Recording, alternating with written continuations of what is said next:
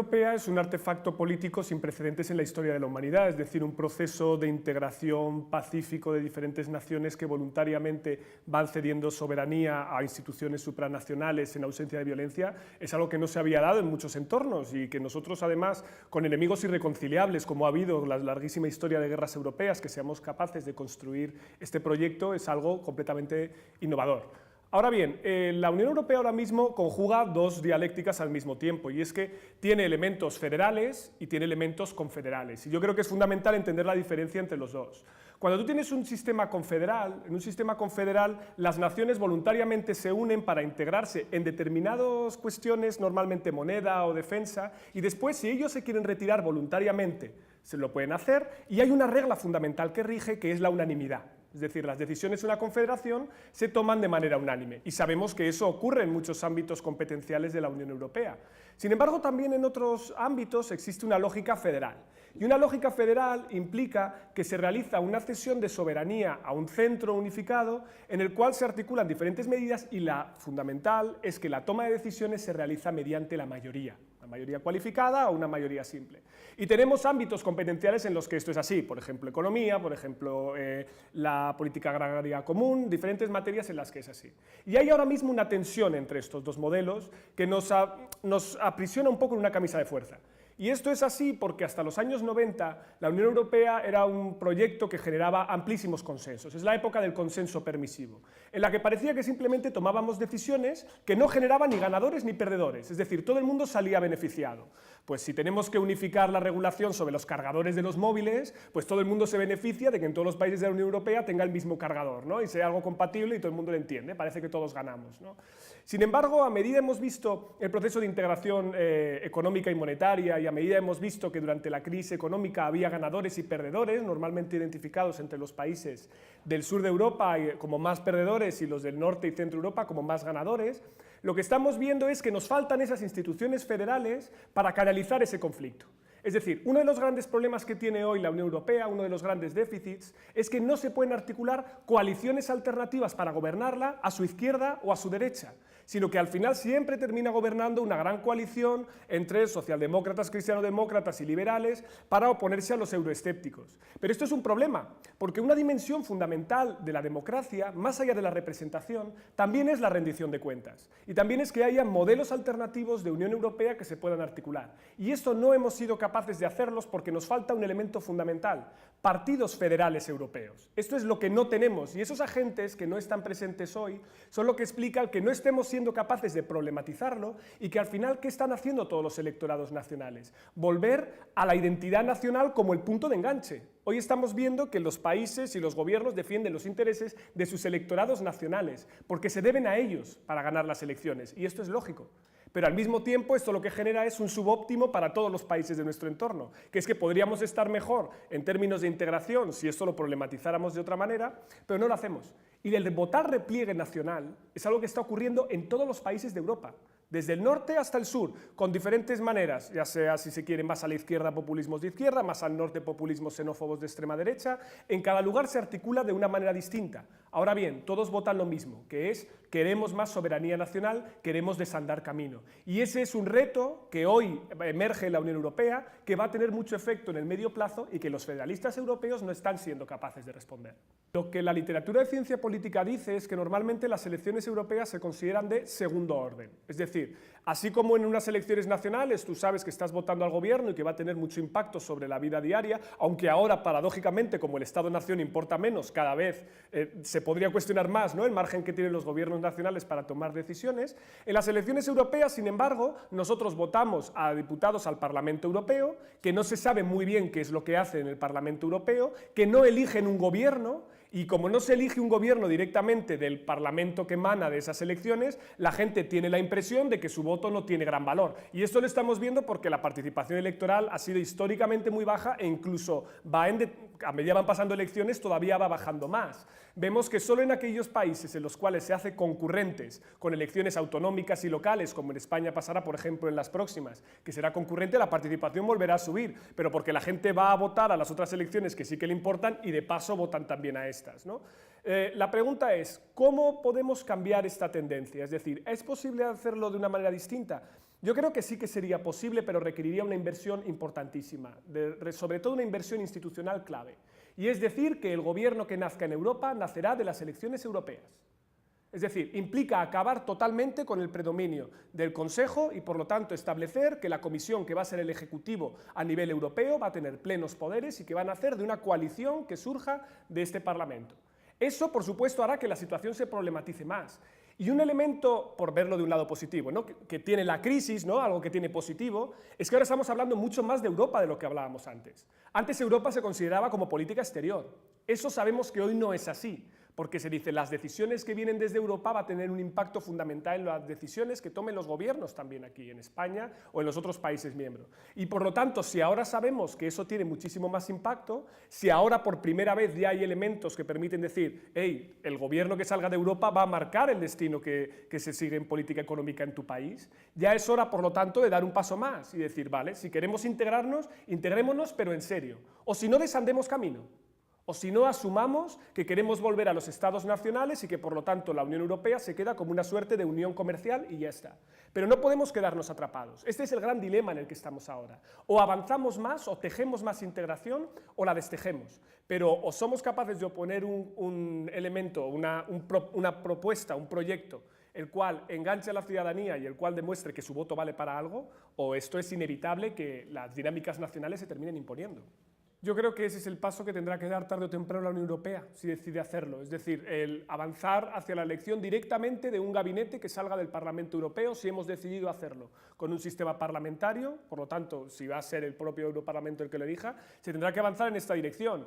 Estas medidas genéricas que plantea la Comisión Juncker pueden estar muy bien, pero seguimos teniendo el mismo problema, que nos sigue faltando unos partidos europeos que articulen los intereses de, digámoslo así, del eje izquierda-derecha, o de la cuestión religiosa, o de las cuestiones problematizadas en el nivel nacional, después también en el nivel europeo. Es decir, como esto no ocurre de facto, como no tenemos partidos federales, seguimos viéndonos en la misma tesitura.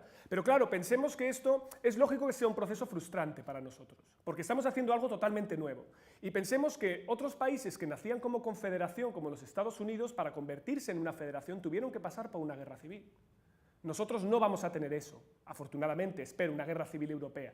Sin embargo, sí que es cierto que esta acumulación de crisis que están ocurriendo al mismo tiempo, crisis de deuda, crisis de cada vez más insostenibilidad de los equilibrios políticos nacionales, crisis de refugiados, crisis económica, todo que se está solapando al mismo tiempo, la falta de este ejecutivo se nota en términos de la desafección y el desinterés de la ciudadanía hacia la Unión Europea. Lo hemos visto durante la crisis económica, el euroescepticismo se ha disparado en las urnas y también ha caído muchísimo la confianza de la ciudadanía en ello. Y ese es el problema de no tener una institución claramente reconocible, la cual tú digas, este es el gobierno de Europa. Incluso los medios de comunicación son responsables de esto, porque cuando toca hablar de las instituciones europeas, hablan de Bruselas en genérico.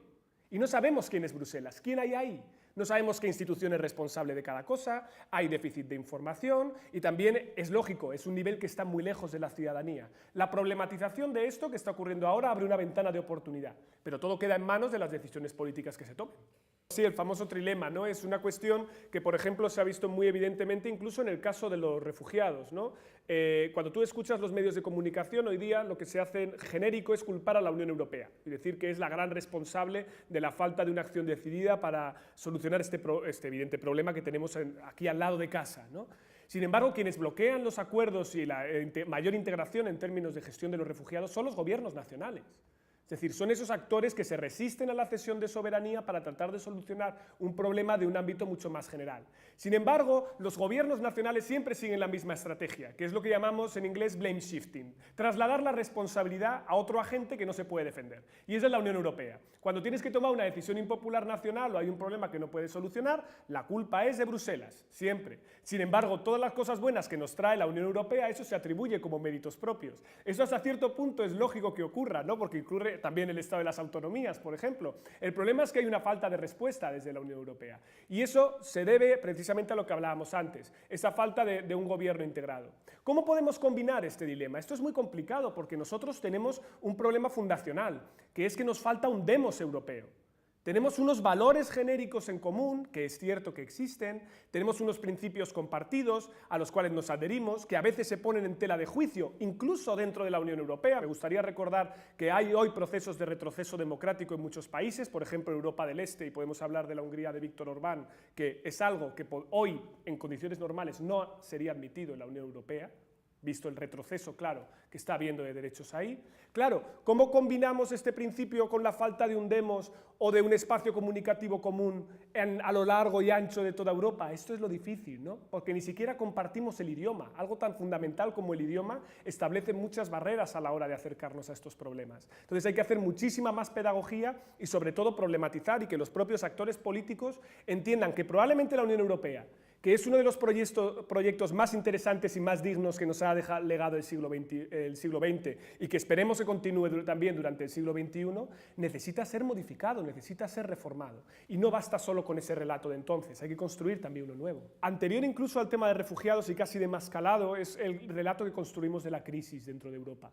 Y yo creo que los medios nacionales y los partidos políticos nacionales han contribuido de manera decisiva a construir un relato muy divisivo dentro de Europa, estableciendo desde el sur que todas las responsabilidades políticas por los ajustes económicos que sufre cada uno de los países es responsabilidad de una siniestra madrastra que es Angela Merkel, mientras que desde el norte y el centro de Europa se ha construido muchísimo el relato de que los países del sur son una panda de vagos que no cumplen con sus obligaciones y por lo tanto los dos electorados, los electorados del norte y los electorados del sur, han ido por caminos divergentes, cada cual buscando el rédito de sus gobiernos nacionales, pero sin pensar que esto ahora es mucho más complicado trenzarlo otra vez, porque ahora hay un divorcio evidente entre las opiniones públicas y los medios de comunicación de una parte y de otra. Lo mismo ocurre en el caso de los refugiados, es decir, la idea de que la Unión Europea está siendo incapaz de gestionar este conflicto, pero también desde relatos distintos, porque recordemos que Alemania ha sido mucho más activa en la acogida de refugiados, si bien los hace desde una política estrictamente nacional,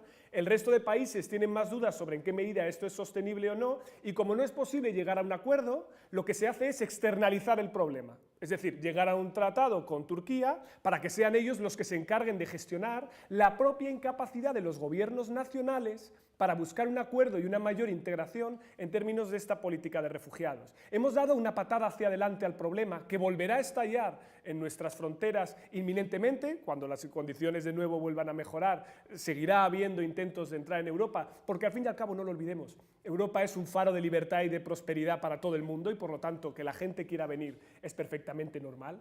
La pregunta es cómo vamos a ser capaces de gestionar eso y si se pueden dejar de lado los intereses nacionales.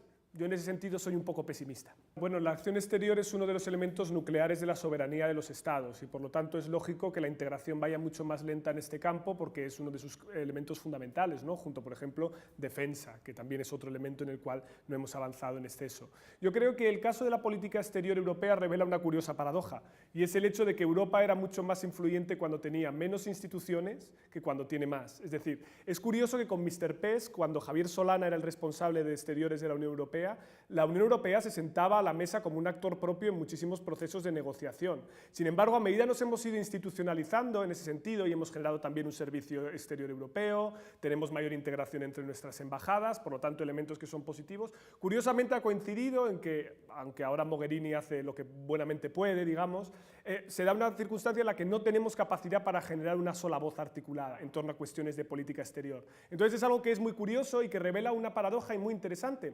Es el hecho de que cuando uno está en una situación de mutación institucional continuada, como es la Unión Europea, las personas que están al frente marcan mucho la diferencia. Es decir, la persona importa más cuando la institución todavía no está asentada. Cuando la institución está asentada, esta genera más inercia. Y cuando estamos viviendo un proceso de mutación y de cambio, como es el caso de la política exterior, se nota mucho esta paradoja. Yo tengo la impresión de que los jóvenes, y también por el hecho de haber nacido y haberse socializado con la existencia de la Unión Europea, es cierto que la dan por supuesta y por lo tanto no hace una valoración como gente de más edad puede hacer sobre todos los avances que ha supuesto la integración europea, ¿no? Y sobre todo en el caso de España esto es muy evidente. Ahora bien, yo sí que creo que estos valores europeos se incorporan por defecto en la gente joven que nace, que nadie rechaza el hecho de sentirse europeo, que todos dan, por supuesto, y aceptan el beneficiarse de las instituciones europeas, desde las becas Erasmus hasta asumir que pueden viajar fácilmente en el espacio Schengen a unos u otros países. Yo creo que esto se asume como propio. Lo que sí creo es que la gente más joven se ha socializado también en un entorno más eurocrítico, diría, más que euroescéptico, es decir, en el que entienden que esta Unión Europea necesita cambios, necesita reformas y que por lo tanto no colma sus expectativas. Yo creo que la gente joven sigue participando de las instituciones europeas, sigue yendo al menos a votar porque sigue considerándolo importante, que si tú miras los datos de encuesta en general, la gente que se ha socializado durante la existencia de la Unión Europea tiene valores de aprobación hacia las instituciones europeas más alta que las de otras cohortes generacionales mayores, digamos, pero que esto no supone el hecho de que no sean críticos con cuáles son las instituciones que hay, porque son fruto de su tiempo, lógicamente. Y esto yo creo que paradójicamente es positivo. Es decir, el hecho de que nuestros jóvenes entiendan o asimilen que las instituciones europeas no son perfectas, sino que tienen que cambiarse, y que la mayor integración europea no es una suerte de camino a recorrer de manera obligatoria, sino que hay diferentes maneras de integrarse, yo creo que es un valor añadido cara al futuro de la propia Unión. Bueno, yo creo que se hace una apuesta en un intento de unificar el espacio educativo común de enseñanza superior, con el Plan Bolonia cuando se implementa aquí en España, con el facilitar los traslados de expediente de unos países a otros para facilitar también la existencia de Erasmus, el intento de ajustar que las carreras o los grados duren más o menos lo mismo en todos los países europeos. Yo creo que esa idea, que en un principio parece positiva, es decir, la idea de que los recursos de capital humano sean móviles entre los diferentes países, que también es algo que construye unión, porque al fin y al cabo hay que permitir que haya libre movilidad de personas, algo que por cierto se está poniendo hoy en tela de juicio también en la Unión y que debería ser criticado. Yo creo que en el caso concreto la implementación en España es relativamente desastrosa, es decir, se hace sin apostar por mayor inversión en I+D+I, sin apostar porque haya mayor número de profesores y por lo tanto permiten un mejor ajuste curricular. Yo creo que los jóvenes europeos, por lo que toca a los españoles sobre todo, se enfrentan al reto de tener que competir además en un espacio mucho más global, mucho más amplio y por lo tanto que la experiencia internacional hoy se le vaya a dar por supuesta dentro de su currículum. Pero yo creo que el Estado español no ha sido capaz de poner a su disposición los recursos suficientes para que puedan competir en igualdad de condiciones con un estudiante de Alemania, de Países Bajos o de Reino Unido, ¿no? Y yo creo que esto es defecto de nuestra política nacional más que del proyecto europeo, que en una idea inicial parecía positivo. Creo que la Unión Europea se enfrenta a una situación extremadamente complicada. Yo soy relativamente pesimista. Más allá de lo que pueda ocurrir finalmente con el Brexit, que está todavía por ver, porque eso generaría un shock externo que podría cambiar todo el panorama dentro de la Unión, yo creo que avanzamos de manera inevitable hacia una Unión a varias velocidades, en la cual aquellos países que se quieran integrar más lo harán, y aquellos que prefieran permanecer dentro de las instituciones confederales seguirán su camino, ¿no? Esto necesariamente va a suponer que muchos países desanden en términos de integración, es decir, que muchos de ellos comiencen a replantearse la libre movilidad de personas en el espacio Schengen, o que comiencen a plantear que hay regulaciones europeas que no quieren aplicar. Esto que de facto es algo que ya viene medio ocurriendo en la Unión Europea, se hará algo muchísimo más evidente y que por lo tanto nos convertirá en un actor probablemente más vulnerable también frente al exterior, porque tendremos muchas más presiones competitivas desde Estados Unidos, desde China, desde los BRICS. Esto nos hará probablemente más débiles y a mí me preocupa porque tengo la impresión de que la Unión Europea no ha terminado de entender una cosa, y es que ningún proceso de integración es sostenible si no existe un equilibrio político nacional que lo aguante o lo sostenga en el medio o largo plazo. Y todas las políticas que se han tomado desde la Unión Europea, muchas veces de buena fe, se basaban en la idea de que la integración es buena per se en cualquier circunstancia y bajo cualquier tipo de regla, y no se da cuenta de que esto lo que ha generado es el socavamiento de los partidos políticos clásicos dentro de toda la Unión. Lo estamos viendo, los partidos clásicos que venían de gestionar este proceso de integración, básicamente cristianodemócratas, socialdemócratas y liberales, están perdiendo las elecciones de manera sistemática, crecen los partidos euroescépticos y anti-establishment, y o es capaz la Unión Europea de articular un relato que pueda convencer de que este proceso merece la pena, o es inevitable que los electorados continúen votando a retroceso nacional, continúen votando a partidos que quieren recuperar soberanía y, por lo tanto, que esto termine desarmándose como un castillo de naipes.